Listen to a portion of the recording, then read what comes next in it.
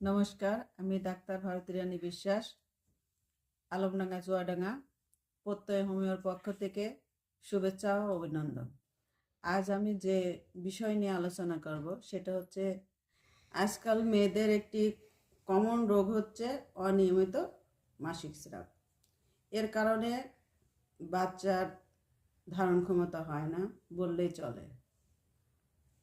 ফলে অধিকাংশ দম্পতি হতাশায় ভোগে। আমি এর কার্যকরী কয়েকটি হোমিও ওষুধের কথা বলবো। তার মধ্যে পালসেটিলা মাদার এবং এপিসমেল মাদার অন্যতম। ওষুধ খাওয়ার নিয়ম: পালসেটিলা মাদার সকালে 10 ফোঁটা জলের সঙ্গে মিশিয়ে খেতে হবে এবং এপিসমেল 10 ফোঁটা রাতে অল্প জলের সঙ্গে মিশিয়ে খেতে হবে। এভাবে 7 দিন খেতে হবে।